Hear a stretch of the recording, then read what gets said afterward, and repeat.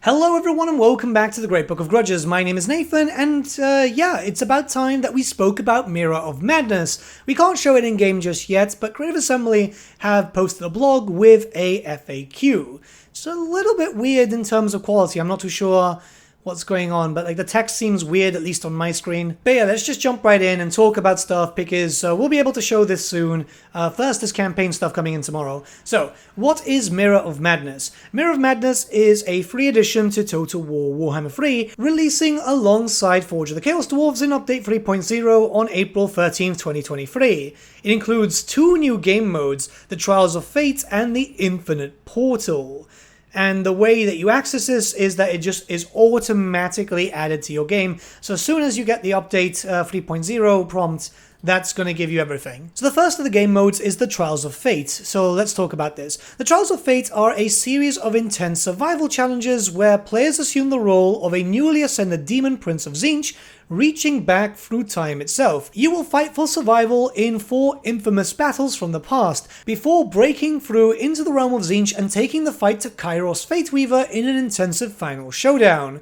Endless waves of enemy combatants will grow in strength the longer you hold out, until at last the masses overwhelm you, to help players have access to some unique spells and abilities that could just tip the balance in their favor. The goal is to defend a capture point called the Shard. Doing so grants access to forbidden knowledge, which in turn can be used to upgrade the aforementioned spells and abilities, take advantage of cataclysmic powers, and mighty vortexes to send your enemies ragdolling across the realms in crazy physics-based chaos.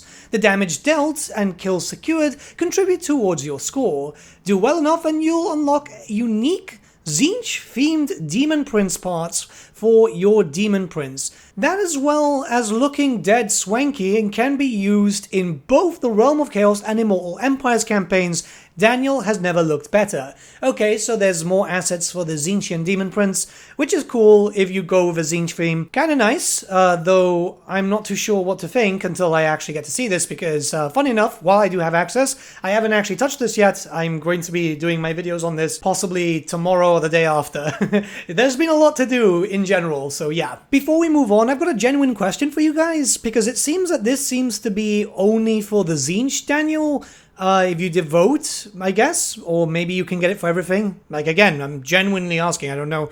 But it seems to be only Tzeentchian parts. Do you use Tzeentchian parts when it comes to Daniel? I know a lot of people don't play Daniel, but normally I go either Undivided or I go Slaaneshi, but that's because of my own personal preference. So I'm just kind of curious to see what you guys think about that. Then we've got the Infinite Portal, which is as follows. The Infinite Portal grants access to reality-bending features and settings, letting you tweak many aspects of battle as you please, including, I'm not reading the bottom part just yet, I'm assuming this is going to be like the laboratory, or at least as close to it as possible.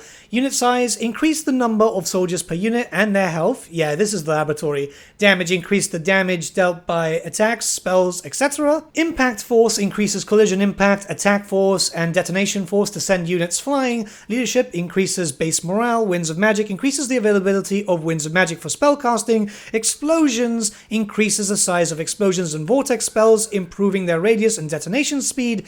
Vigor cost reduction, increases the duration that units stay fresh, lowering the fatigue cost of actions. Reload time, reduces the time it takes to reload range weapons. That's going to look very odd with the new Chaos Dwarf animations, but cool. Ammunition, increases the total number of shots per ranged unit. Projectile penetration, increases the distance projectiles can travel through enemies. Gravity, decreases the effect of gravity on units who are knocked into the air.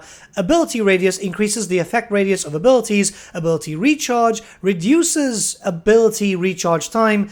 Charge duration, increases the duration of the charge bonus. Entity scale, increases or decreases the size of a single unit. Entities like monsters or lords. Actually, that'd be kind of curious, because I'd love to see how that would work with Kolek. It's something that I've been like asking CA a lot. It would be nice if Kolek would be larger. So this might actually show if it could work or not. Blood quality, increases or decreases the amount of blood emitted by enemies. That's a bit weird.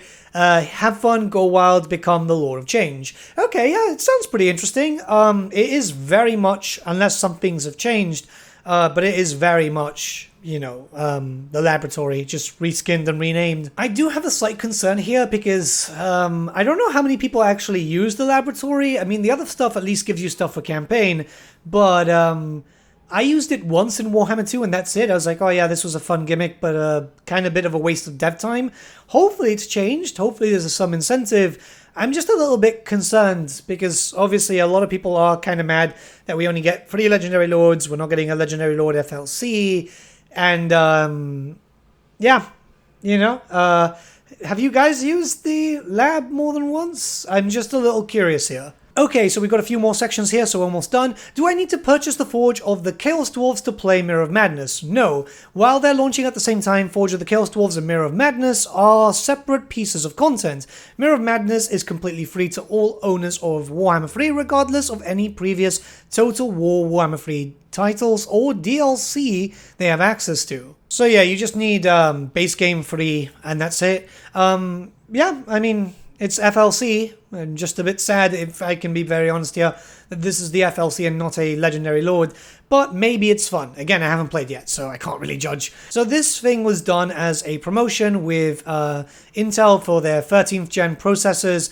And there's a big question here, obviously. Do I need a Intel 13th gen processor to play Mirror of Madness? No, Mirror of Madness in and of itself makes no difference to Warhammer 3's performance. However, should you crank up the Infinite Portal settings, more intensive settings, such as entity scale or unit size, you may begin to notice some performance drop-off depending on the power of your PC. The Infinite Portal can be seen as an experiment. It's a fresh, isolated environment with the chance to push your PC's hardware to the limit should you choose.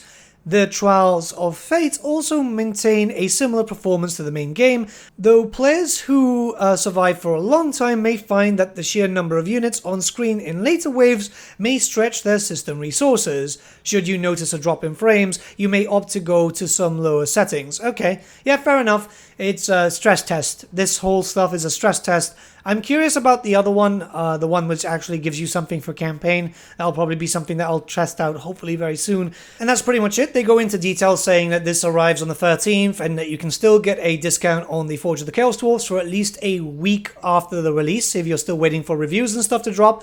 My review will drop on the 12th, which is the day before the release because that's the usual embargo. And that there is a big patch coming on update 3.0. So they said that there's a lot of stuff, and that's good. At the end of the day, there was a few issues, which we've already seen. You know, for example, the Slanesh warriors finally actually have access to poison, so it gives them some armor piercing.